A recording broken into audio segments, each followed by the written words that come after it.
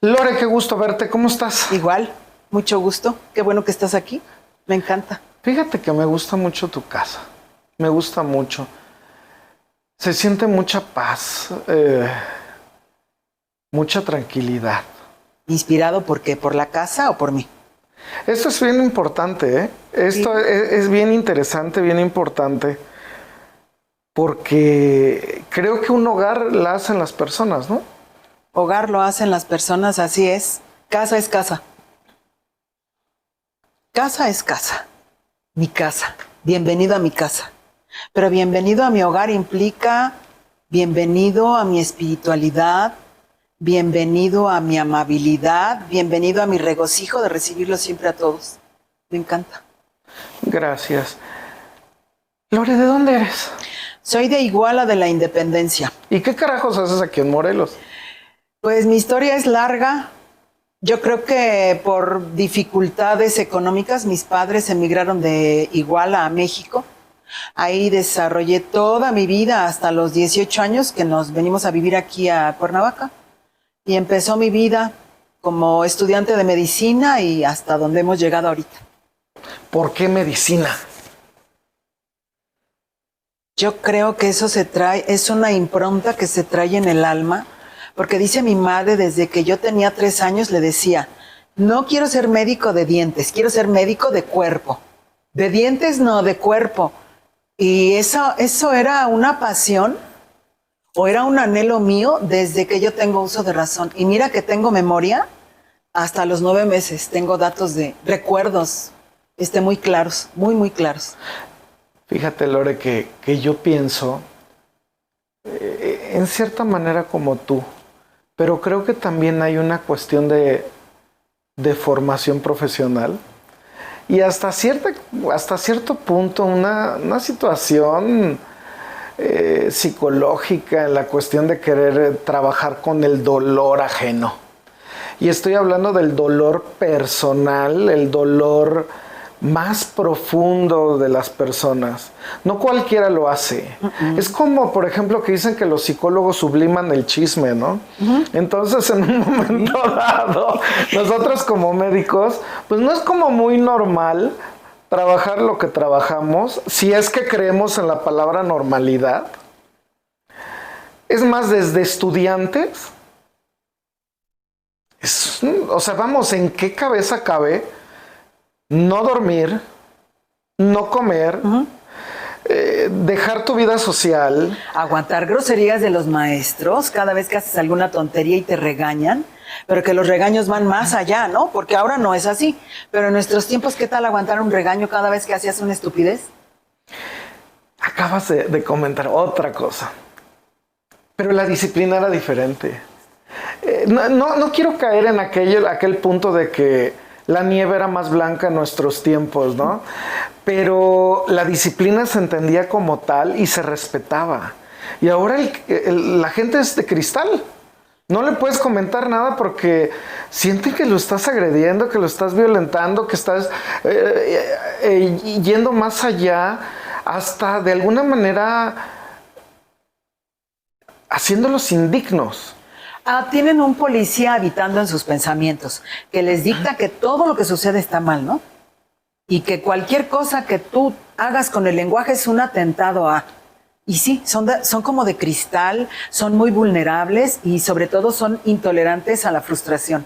Y yo pienso que todo esto es generado por redes, pero más atrás de las redes que hay, ¿no? ¿Quién gobierna todo este sistema de dogmatización que tiene mucho que ver con la psicología comportamental para poder alinear a las masas hacia donde alguien quiere? Y no vamos a adentrar más de ese tema. Entonces, bueno, regresamos al punto de que no es así como muy común o muy normal tener una vida dentro de la medicina. Pues a veces, ¿por qué no decirlo de maltrato, no? Pues es tormentoso, ¿no? Es como ir a un calabozo y pensar que te va a ir muy bien o que vas a estar contento. ¿A poco no? Pero ¿por qué carajos entonces estudiaste medicina? Es más, vamos más allá. ¿Por qué viendo eso no te saliste de medicina? porque tengo un temple y un carácter que es muy firme, porque en mí existe, ¿cómo se llama? Persistencia. ¿Sí? ¿Qué más? Tolerancia. Tolerancia, ¿qué más? Dame más sinónimos, porque yo digo, ¿cómo es posible que viendo lo que podía acontecer o sabiendo lo de tus compañeros más grandes, tú sigues en el camino? Con un temple de acero y a perpetuidad, porque esa perpetuidad, ¿a poco no? Esa perpetuidad. Aunque, fíjate que hay mucha gente que dice, yo quiero que la medicina sea mi vida. Yo creo que no es tu vida, es mi punto de vista, ¿eh? No creo que sea tu vida, es una forma de ganarte la vida, pero no es tu vida. Pero depende. Tú tienes una cosa en la cabeza, yo tengo otra cosa en la cabeza, y esto depende de las percepciones y cómo interpretemos todo lo que nos viene de afuera. Es cuestión personal todo eso. ¿Crees? Por ejemplo, no sé por qué estudié medicina. Yo simplemente lo tengo clavado, es un sello en mi alma. En mi alma, no es nada más en mi pensamiento. Estudio anestesia, pero estudio anestesia porque los pacientes se me hacían muy quejumbrosos, porque yo sentía que no quitaban el dedo del renglón y un poco difícil hacerlos entender. Me voy a anestesia y me doy cuenta desde el primer día que es algo maravilloso. Y lo vas descubriendo día con día, ¿no? Desde que yo veo la hoja de anestesia, digo, ay, esta es una belleza. ¿Cómo es posible que cada 5 minutos tú tienes que estar poniendo un registro y saber cómo está el paciente? Entonces yo creo que esos cada 5 minutos te hacen bien observadora. Después, yo digo, quiero estudiar clínica del dolor y cuidados paliativos. Tienes razón, eso va detrás de mí con un gran sufrimiento emocional que yo viví toda mi vida, y el querer que una gente no tenga un sufrimiento orgánico o físico es para mí primordial para seleccionar eso, que es clínica del dolor y cuidados paliativos. Entonces, termino clínica del dolor y cuidados paliativos y empiezo a ejercer la anestesia con una óptica absolutamente más amplia. Y entonces me fijo cómo se establece un bloqueo peridural, que como dice un libro, es magia y es permitido por Dios. El saber que un bloqueo peridural puede actuar desde abajo para arriba y cada paciente dentro de su nivel de percepción lo interpreta de manera diferente. Porque unos dicen, siento las piernas gordas, y otros dicen, siento que se suben. Pero si yo te pudiera explicar más allá qué implica el pensamiento de cada persona, es algo mágico, porque estás tocando el alma, porque para cada quien las piernas son interpretadas como algo en la funcionalidad de tu cuerpo, las manos son interpretadas como algo diferente, y cada cosa para ti tiene un valor diferente. Piernas o manos, o boca o nariz, u ojos, son cosas diferentes. Lore, pero vamos a regresar un poquito, a ver. ¿Estudiaste medicina? Ah. ¿Dónde hiciste tu internado? En el Hospital Civil, en el antiguo Hospital Civil, que hoy es una casa de cultura, ¿no? Así es, donde yo tuve el gusto de conocerte, por cierto. Ah, sí. Hijo de la fregada. Ah, sí. Hace varios, bueno, kilos, no, tú sigues igual, pero yo realmente ya 20 kilos arriba, ¿no? Pero, no, fíjate, ya muchos años en un edificio con mucha historia, con muchas personas, muchos maestros muy valiosos. ¿Con una arquitectura colonial? Sí, pero sobre todo, ¿sabes qué? Todo lo que se vivía ahí, todo lo que se vivía con mucha mística, con mucho romanticismo, con mucha protocolo, con disciplina. Con disciplina. La medicina francesa que se ejercía antes, donde tus sentidos eran primordiales y donde ahora están anulados. No, pues es que ¿para qué quieres eso si tienes un tomógrafo? Anda, ¿no? Un resonador. Entonces, no, la verdad, aquellos momentos eran místicos. Y recuerdo a esa estudiante de medicina que decía uno, puta, ¿de dónde se apaga, no? Corrías para arriba y corrías para abajo, parecía que no te cansabas, un carácter de la fregada y la verdad, bien pinche irreverente también con los doctores, ¿no? Yo no sé cómo no te corrieron en muchas ocasiones, pero sí te llegabas a poner al tú por tú con ellos, lo que en pocas ocasiones podíamos hacer. Pero de verdad eras una estudiante de medicina que se dejaba ver y que se veía que iba a llegar lejos.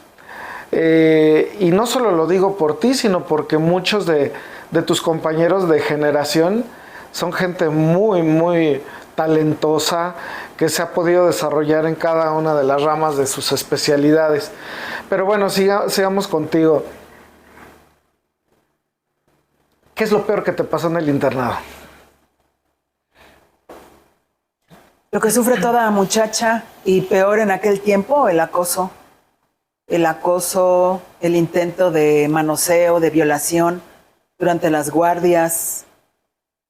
Es lo que más se puede quejar una mujer. Voy a hacer un comentario con mucho respeto. Sabes que como te quiero y te respeto, pero lo tengo que decir.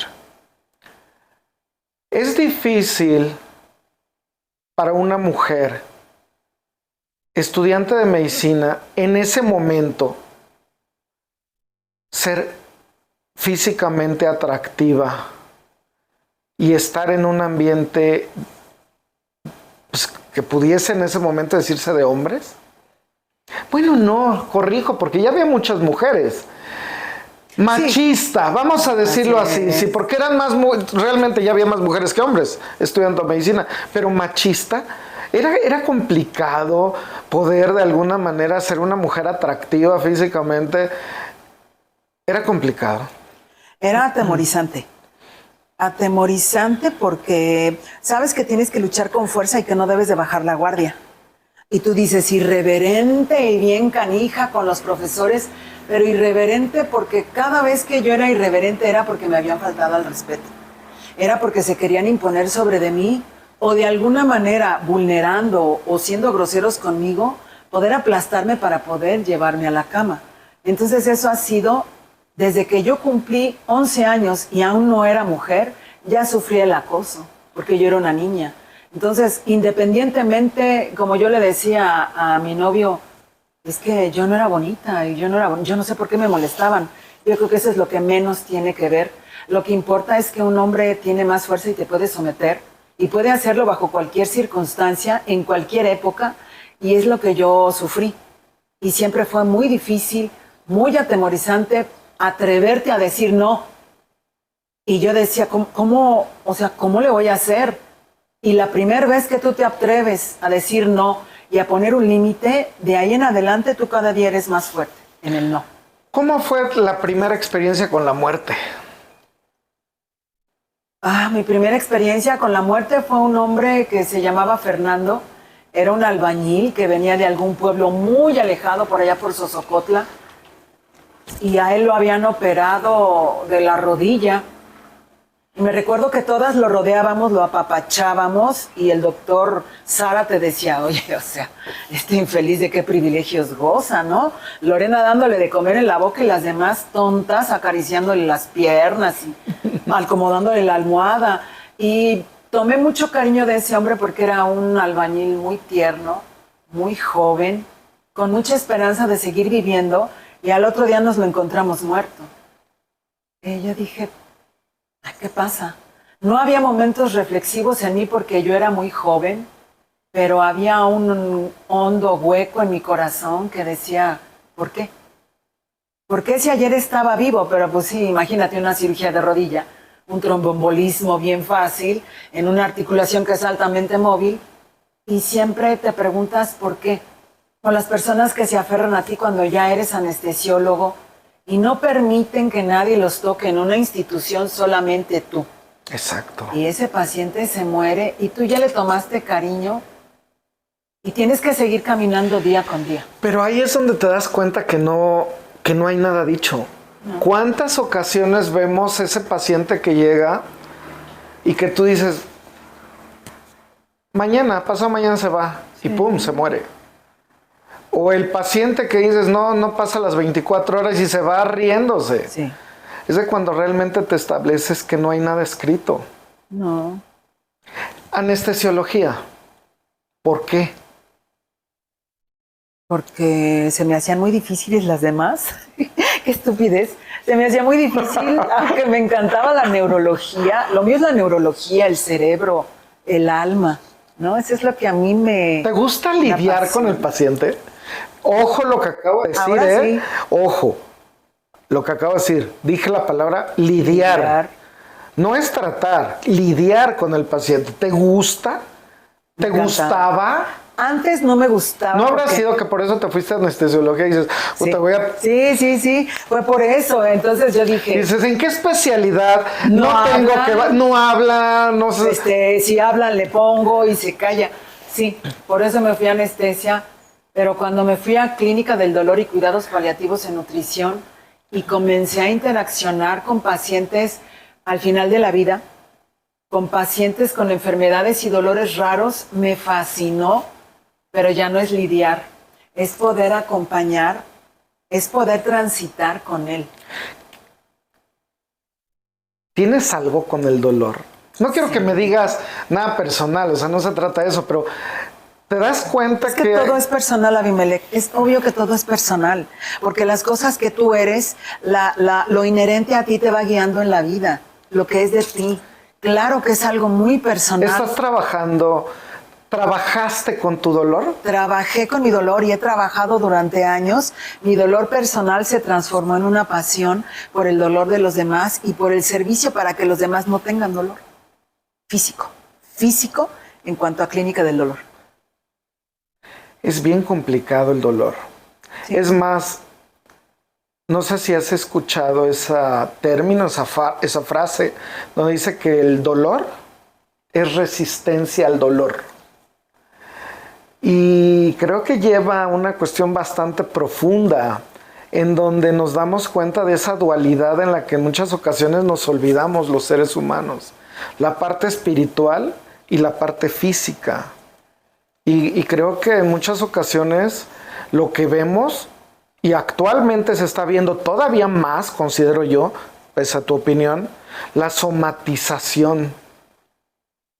Cómo el cuerpo grita ya y cómo da parones en las actividades porque no le hacemos caso, ¿no?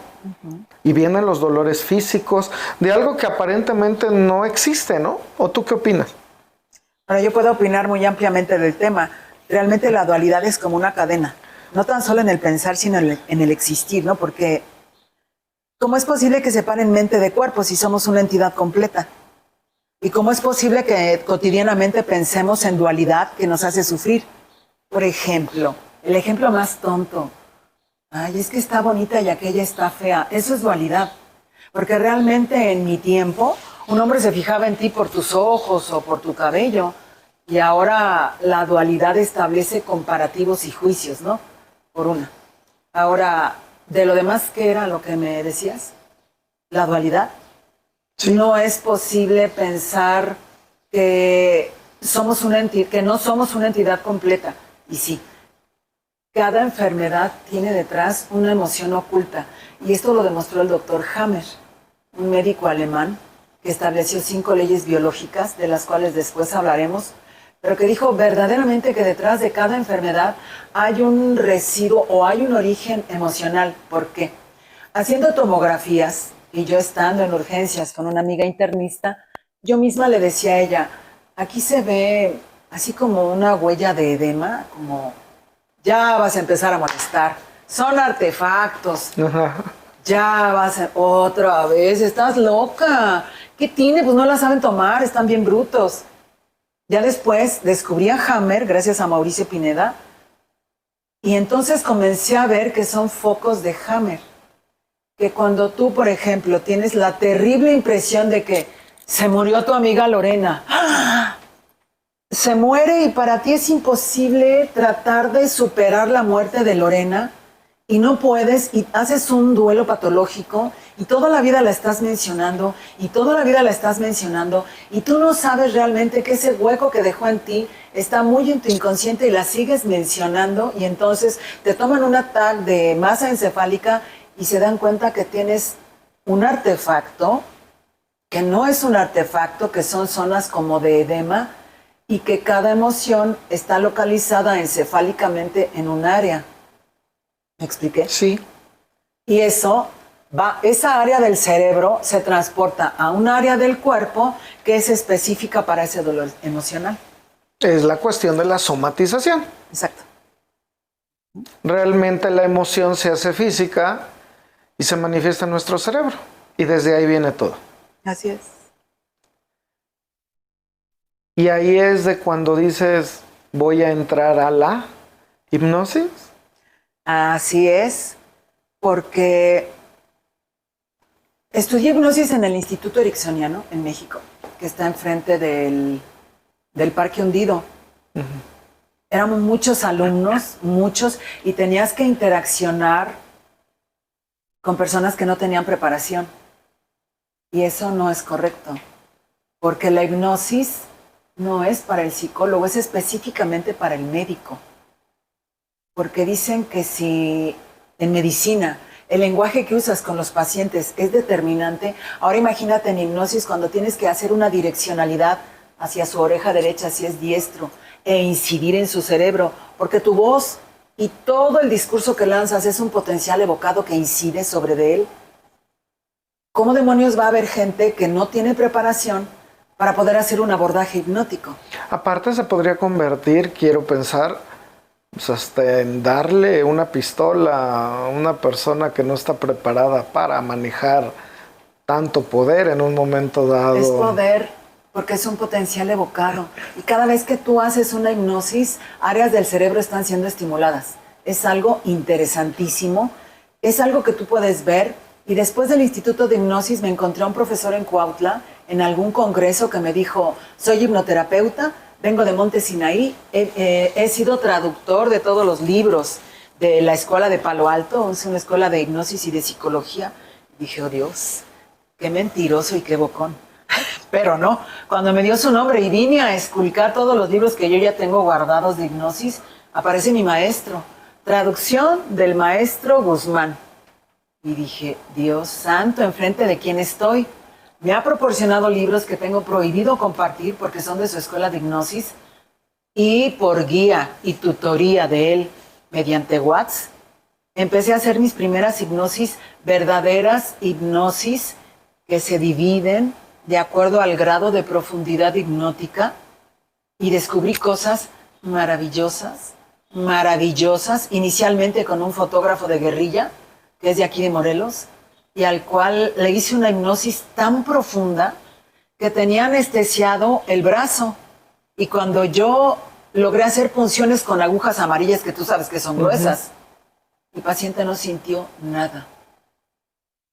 Lo hice abrir los ojos y este paciente estaba en una profundidad hipnótica de sonambulismo, porque así se llama esta subdivisión de la hipnosis, y yo dije, Dios santo, ¿enfrente de qué estoy? Después comencé a pensar, después de tantos pacientes que les hice hipnosis, comencé a pensar que era como llegar al alma, estar con el alma del paciente, y después leía y leía, y así dijo un autor, hacer una hipnosis profunda es tocar el alma del paciente.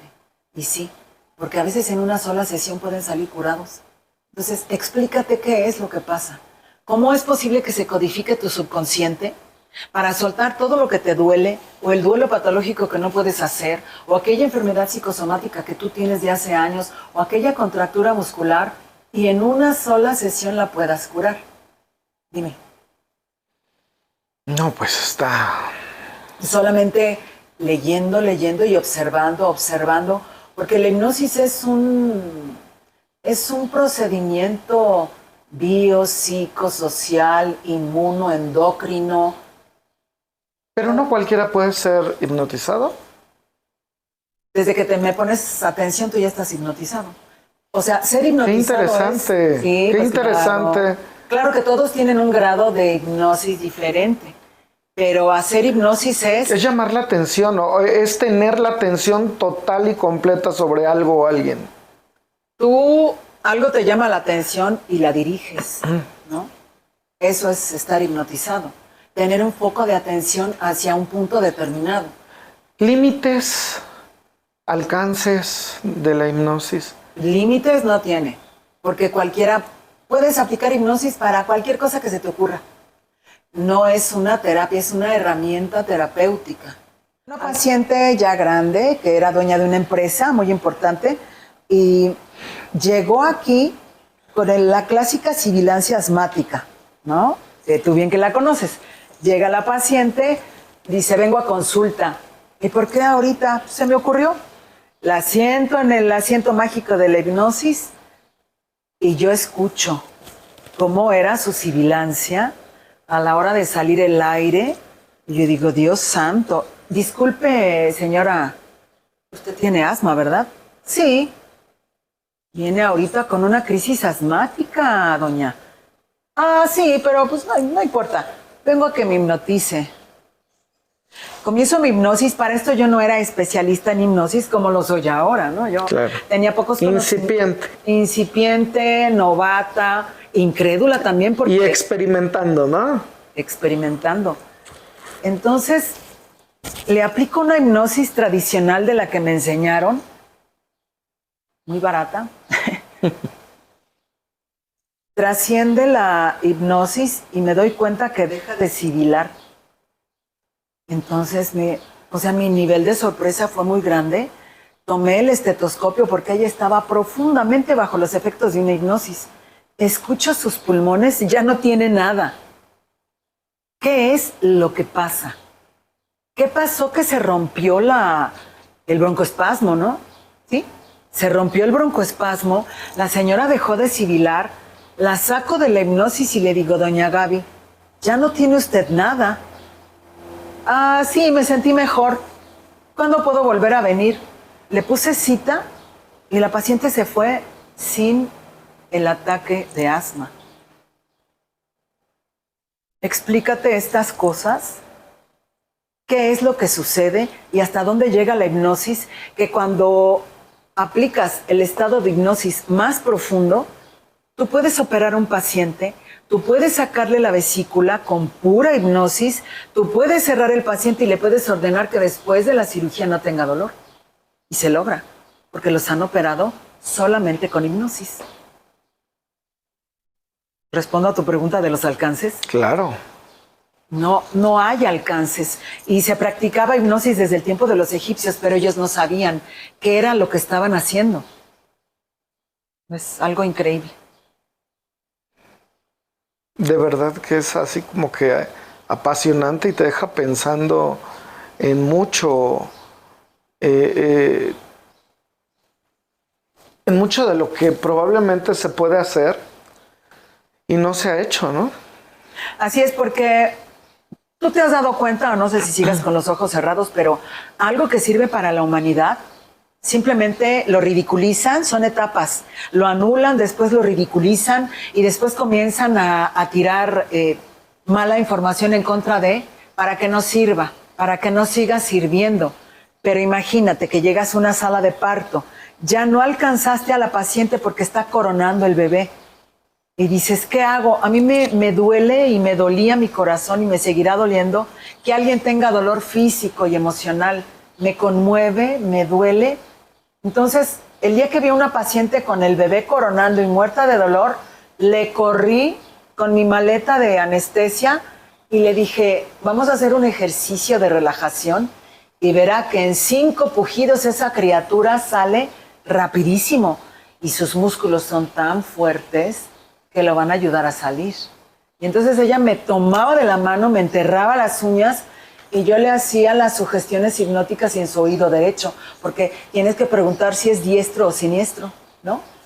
Entonces, si viene del oído derecho porque ella es diestra, incide más profundamente y estás colocándote en una posición favorable para el paciente. Y entonces yo fui dando las instrucciones, porque si le dices, la voy a hipnotizar, todo el mundo hace resistencia. Entonces, Vamos a hacer un ejercicio de relajación y usted verá que ni le duele. Al quinto pujido la criatura salió llorando. No lo puedo escribir, no lo puedo constatar. Es que, Lore,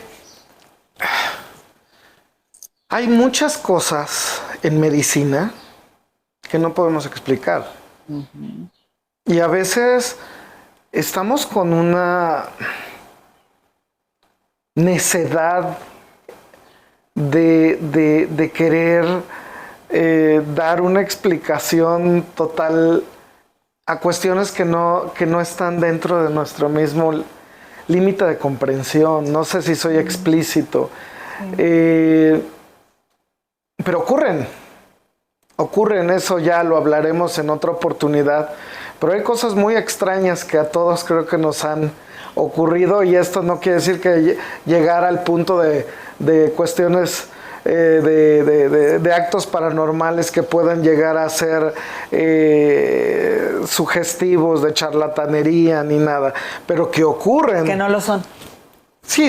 Porque no todo lo explica la ciencia. Exacto. No todo es cienciología, ¿no? También lo subjetivo es digno de observar. Claro. Pero ¿sabes qué? Que observar y experimentar. Y si no lo experimentas, no lo vives, no lo entiendes, ¿no?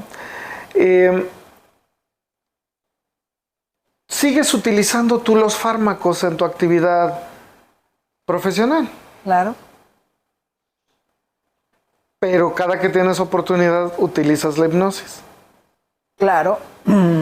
Desde que te abocas tu lenguaje o sacas tu discurso hacia un paciente, para mí, de manera intencionada, siempre va encaminado a producir algún efecto, ya que a lo mejor el tono de mi voz o la cadencia de mi discurso lo permite.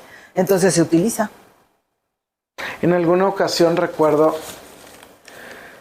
que te comunicaste conmigo y me dijiste, quiero hipnotizarte. Quiero tratar algo en ti, sobre todo por tu actividad profesional que llevas. La gente que no lo sepa, pues vamos, me dedico a investigación criminal y al área forense.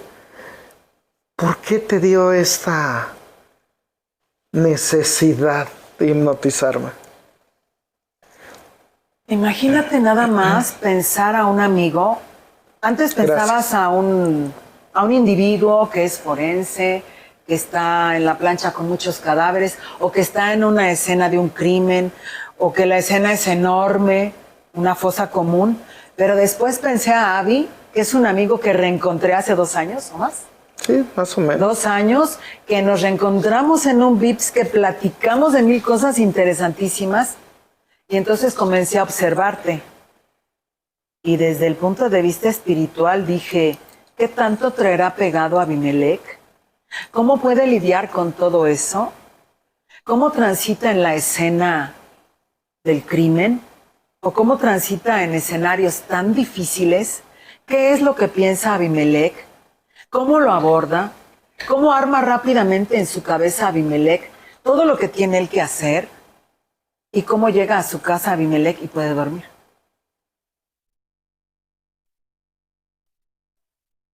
¿Qué te parece? ¿Cómo llegas a tu casa y puedes dormir después de haber transitado en el dolor y en el enigma? Porque es un enigma a lo que tú te enfrentas, ¿sí o no? Sí. Y un enigma es una verdad a comprobar. Fíjate que llevo desde el 2001 trabajando con víctimas de tortura. Ajá. 2001. Desde el 2001. Y 2, 3 ocasiones me ha ocurrido que no puedo dormir, que quedo impactado. Sí, en tantos años, te digo, 2, 3 veces, pero ha sido una situación bastante desgastante, más o menos una semana de casi no comer, de no dormir. Hubo un caso en donde de la nada llegó el punto de llorar, de tener náuseas. Fue bastante desagradable. Y es de cuando te das cuenta de la importancia, yo así lo creo, de la terapia. ¿Te das cuenta de la pregunta? Ya te la respondiste. De la terapia. Yo siempre he dicho que las personas que trabajamos con cuestiones de violencia, sí o sí, recalco, sí o sí, tenemos que estar en terapia. Forzosamente. Pero forzosa. Si cotidianamente tú vives sobresaltos, atentados, ahora imagínate una persona como tú, acechada por la muerte en toda la diversidad que puede presentarse, ¿cómo no vas a necesitar una terapia psicológica? Sí, definitivamente, y eso en la población en general, todos necesitamos terapia. Seguro. Definitivamente, y más en un ambiente tan violento como en el que nos estamos desarrollando actualmente. Realmente, si te das cuenta, pues también trabajo con dolor. Creo que es el dolor del alma. Así es. El dolor del alma, tanto de la víctima, de la persona sobreviviente, y en muchas ocasiones de los familiares, de un individuo que fallece o de un individuo que vivió y quedó completamente afectado por un acto, ¿no? Sí. Pero es el dolor. ¿Por qué crees que el ser humano causa dolor a otro? Creo que somos los únicos, ¿no? Creo que en el reino animal, pues no es aquel león, o aquel puma, aquel tigre, o el animal que tú gustes, va y dice, ay, hoy amanecí con ganas de lastimar a otro. No, va porque se lo va a comer, porque de eso vive. Pero nosotros como seres humanos a veces podemos hasta satisfacer ciertas partes voy a lastimar a Lorena, voy a sobajarla, a humillarla. ¿Qué opinas? ¿Por qué el ser humano es así? ¿Por qué el hombre como especie es así? Es una pregunta como que muy amplia para responder. ¿Por qué el hombre es así? Pienso que hay hombres que no, hay personas que no son personas. Están como en una segunda o una tercera dimensión. Y lo peor de todo es que tienen la conciencia, el juicio y el raciocinio para de manera deliberada pensar en provocar daño o muerte, ¿no? Parece mentira, pero gran porcentaje de la población está dentro de estos límites de maldad que puedas alcanzar.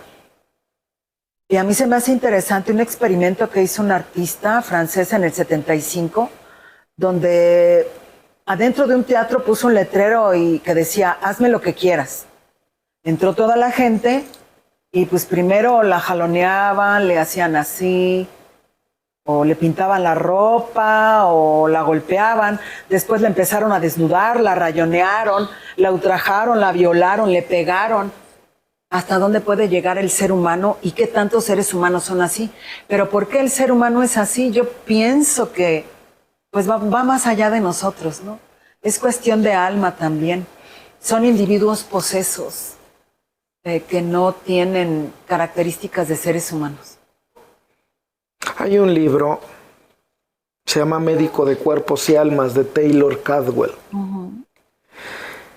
Y creo que de alguna manera todos los que nos dedicamos a las diferentes especialidades de la medicina, tenemos que tener bien presente eso, ¿no? El alma. Sí. Porque sí, a veces solamente vemos, pues, carne, huesos, pero no vemos lo que está dentro de la persona y lo que está viviendo. No hay, ¿sabes qué? Que yo estoy muy casado con la idea del humanismo y la empatía. Si nosotros no tenemos empatía y humanismo, no podemos entender a la persona con la que estamos tratando. Si no hacemos este clic y no nos ponemos de alguna manera en su lugar, no lo podemos entender simple y sencillamente. Y todo empieza con una escucha atenta, porque la escucha atenta es una conciencia que está con los ojos, con la mirada y con la mente puesta en lo que el otro está diciendo, que a ti te resuene y te haga sentir también, porque no, pues no nada más vas a estar anotando cuáles fueron los hechos, ¿no? La declaración de hechos a una persona que está dolida. Y como tú dices, además de escuchar la empatía, siendo médicos, radica también en el tocamiento a los que están con ese pesar. No tan solo el paciente, sino los familiares, ¿no? El poder tocarlos y solamente acompañar. Y solamente acompañar es estar en silencio como un gato.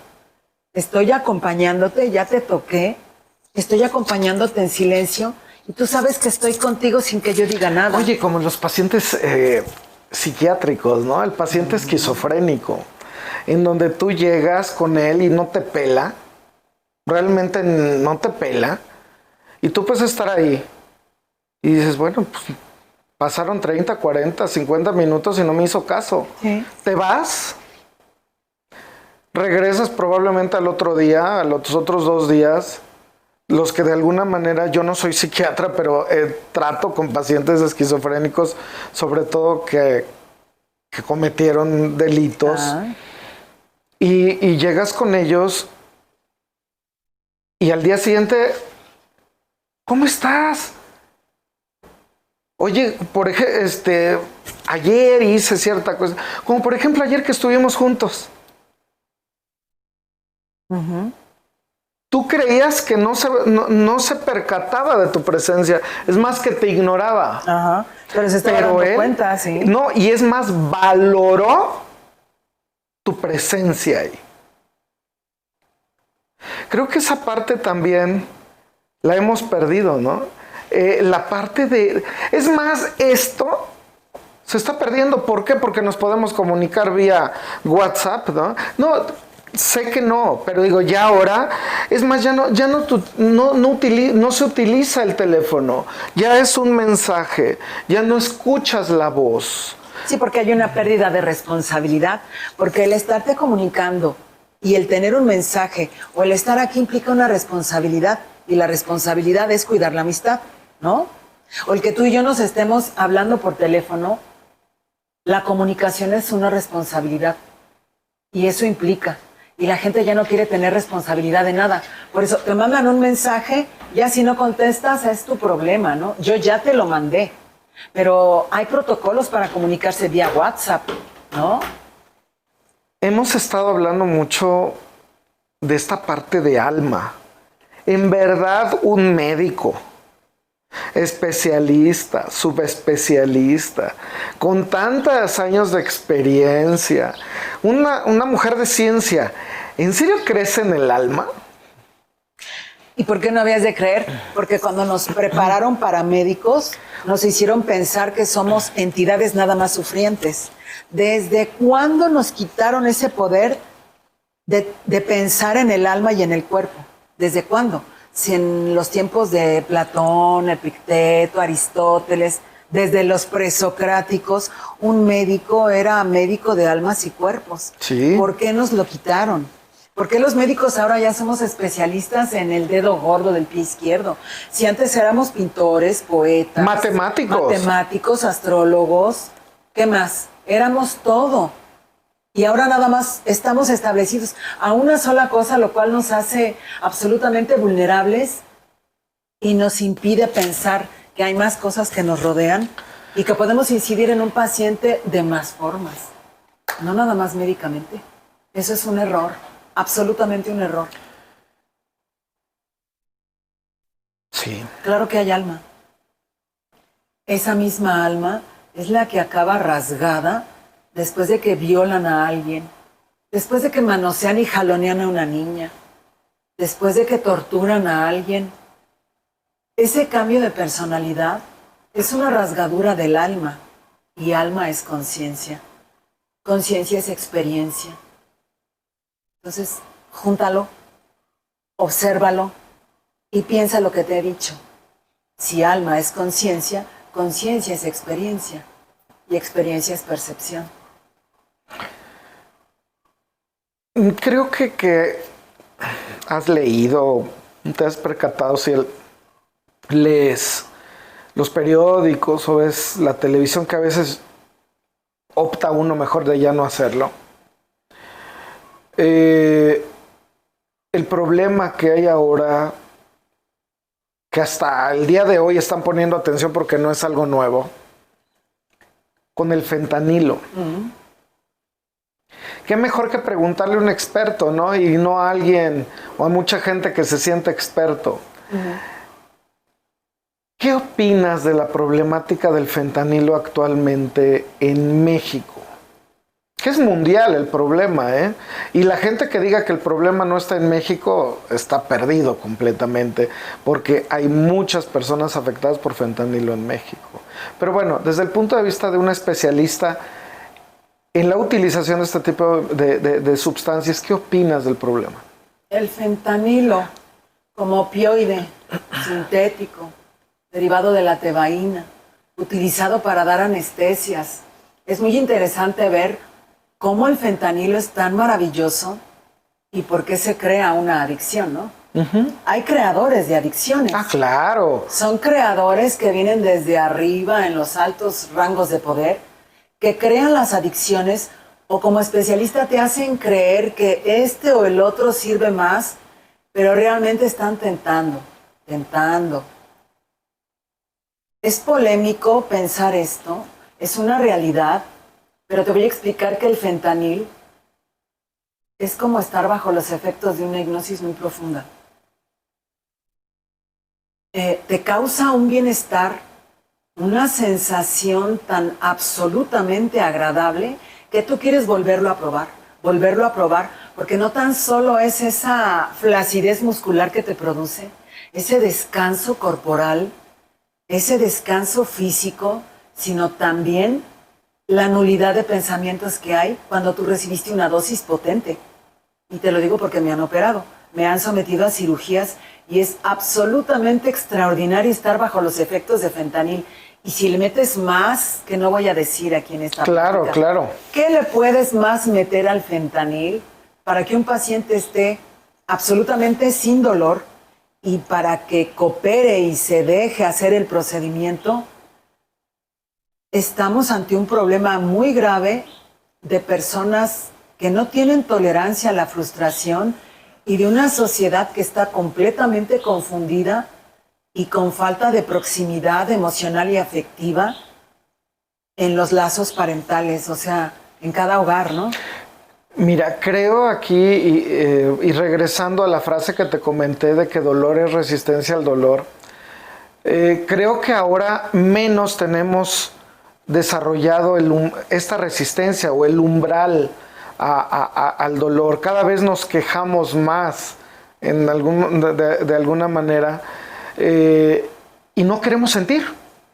No queremos sentir. Tampoco se trata de ser masoquistas, o sea, no es el punto. Pero ahora necesitamos quitar el dolor a como dé lugar. Y como bien lo comentas tú, y eso es real. Es más, está documentado, no lo estamos inventando tú y yo. El hecho de que, pues en muchas ocasiones se soltó el medicamento a diestra y siniestra y ya después se facilitó, pues de alguna manera, para algunos grupos, el poder comercializar de forma ilegal con ellas, ¿no? Primero crear los adictos, ¿no? Claro. Pero ¿de dónde nace esta maldad de decir ahora vamos a ser adictos? Porque el fentanil, en cuanto a su potencia, es uno de los opioides más potentes, junto con otro. ¿Por qué tiene la potencia? Porque son altamente lipofílicos. ¿Y por qué esa lipofilicidad les da toda esta potencia? Pues porque ingresan rápidamente a la membrana lipídica y ahí hacen lo que quieren dentro de un núcleo, ¿no?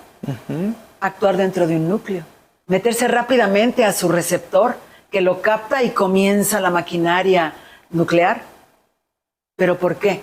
¿Por qué si es tan efímero su efecto, la gente quiere experimentarlo? Porque lo va a querer experimentar más y más y más, porque solamente su tiempo de vida, su tiempo de efecto son 15 minutos. Imagínate nada más lo que están logrando. Yo realmente cuando veo en ciertas páginas de internet cuáles son los efectos de los que son adictos al fentanil, yo no pensaba que se pusieran así, porque nunca lo usaste a largo plazo. Pero es que la cuestión es de que también hay confusión en esto, Lore, porque muchos de los efectos también que se observan, que se han observado sobre todo en estas imágenes que han circulado mucho en algunas ciudades de Estados Unidos que se hicieron muy famosas, no es ni siquiera por el fentanilo, sino por otras sustancias agregadas sobre todo de uso veterinario, que no vamos a decir nombres, ¿sí? Pero que esto es lo que lleva a las posiciones que nosotros observamos en los videos y demás. O sea, es todo lo que lleva, que no solamente es el fentanilo, ¿no? O sea, que realmente lo que abre a la adicción, pues es esta sustancia, ¿no? ¿Tú ves de alguna manera que el problema de las adicciones a corto plazo podamos nosotros contrarrestarlo? Cuando hay voluntad todo se puede, pero ¿hay voluntad en esta sociedad? ¿O puede más la voluntad de los que fabrican las adicciones? Claro. De todo hay voluntad, de terminar con el narco, de terminar con esto. Tú tienes la voluntad de que tu niña se críe sana y fuerte, emocionalmente fortalecida. Tú tienes la voluntad, la sociedad tiene la voluntad, la sociedad no tiene la voluntad de nada, más que de crear un caos, de que todo tiende al caos. Ahora imagínate fabricando adictos, ¿cuánto más caos podemos fabricar? Eso es pura ingeniería social, claro que se puede. ¿Y a dónde vamos, Lore? A ningún lado. Como sociedad, ¿a dónde vamos? Vamos a un pozo muy profundo, donde los que pensamos, tenemos juicio, tenemos raciocinio, tenemos algún tipo de coherencia o mucha coherencia, simplemente nos quedamos impactados de ver lo que vemos y de oír lo que oímos. Y de cuando manifiestas lo que estás pensando, lo llevan al punto de del quiebre, de que piensen que es absurdo. Ajá. O es ridículo. Sí, porque ahora lo bueno, lo coherente está considerado malo y absurdo. Y lo puerco, lo amoral, lo que ya no tiene ética, ahora es lo de hoy. Porque la vulgaridad es la norma, si te das cuenta. Empezaron por la vulgaridad. Y yo creo que hay que hacer un reto por redes que diga, ¿cómo lo dirías si fueras una persona culta? ¿O cómo lo dirías sin improperios? ¿Cómo lo expresarías de manera educada? A ver si la gente puede, ¿no? Porque te reto a que mandes una foto de cuando tenías 15 años. Qué estupideces, o sea, todo lo que la gente va publicando, pues son tonterías cuando no tienen un fondo bien fijo. ¿Por qué no establecemos el reto de, yo así lo pongo, porque he visto muchos ingenieros, arquitectos hablar con un lenguaje deplorable, que me ofende, y resulta que yo no debo de estar ofendida de tanto improperio, pero ellos sí se tienen que sentir ofendidos cuando yo les corrijo el improperio, ¿no? ¿Sí o no? Sí. Porque su policía del pensamiento es un policía amoral. Y ahora yo tengo que fijarme qué es lo que digo para que los amorales y vulgares no se ofendan. Entonces yo creo que como reto hay que pedírselo a Zabaleta, a Jesús Zabaleta. ¿Cómo redacto esto? Reto, ¿no? ¿Cómo lo dirías de manera culta y propia? A ver si puede la sociedad, ¿a poco no? Sí, sería interesante. ¿A poco no? Sería interesante retarlos a todos a que dejen la vulgaridad y que dejen de decir tanta porquería, agraviando absolutamente a todo mundo y que lo hacen, pero sin siquiera pensar quién está alrededor. Yo pienso eso. Así es. Lore, de verdad que ha sido maravilloso, como cada que nos sentamos a platicar, que realmente pasan horas y horas y no se siente el tiempo, pero de verdad fue un tiempo maravilloso. Te agradezco que me hayas regalado un poquito de tu vida, porque el tiempo que le da uno a alguien, quien sea, es tu vida. Sí. Y te agradezco de verdad todo lo que me puedes brindar y nos puedes brindar a todos con tu experiencia. Esto va a continuar. Nos vamos a ver en otra ocasión. Que así sea, porque las pláticas siempre son muy productivas. Oye, rápido, tus tertulias. Tertulia. ¿Cómo nació? Tertulia nació en cada reunión de chicas de la UAM, médicas, porque Adriana dijo, de verdad hay que reunirnos, de verdad hay que reunirnos. Entonces dije, tertulia, y busco en el diccionario tertulia. plática de cualquier tema que pues no genera polémica, sino genera más y más plática, ¿no? Entonces puse tertulias y las empecé a incluir, y la primer tertulia fue de sexualidad, no sé si estuviste. No, ahí todavía no me sumaba. Fue una plática hermosísima acerca de sexualidad, porque Adriana es doctora en esto. La vamos a invitar, por cierto, vamos a platicar con ella. Y fue interesantísimo. Ojalá que la plática, cuando la invite, sea en la casa, que se grabe, y que pueda yo ser pues, completamente con agrado de recibirlos. Gracias. Y de oír qué es lo que dicen. Y así nacieron las tertulias. Y las tertulias no tan solo son científicas, son culturales, son charlas entre amigos. Y lo más redituable es que son amigos. Pero ya de esto, ¿cuánto, Abimelec? 38 años. Apenas. 39, bien cerquita, ¿no? Así es. Y creo que se va uno con el enriquecido del alma. Absolutamente. Y con tanto estudio que tiene cada quien, tú, Adriana, Gracias. Jesús Zabaleta, cualquiera que pueda entrar aquí, todos tienen gran aporte cultural, científico. Lore, muchas gracias. Fue de verdad un placer estar contigo. Que se repita. Gracias.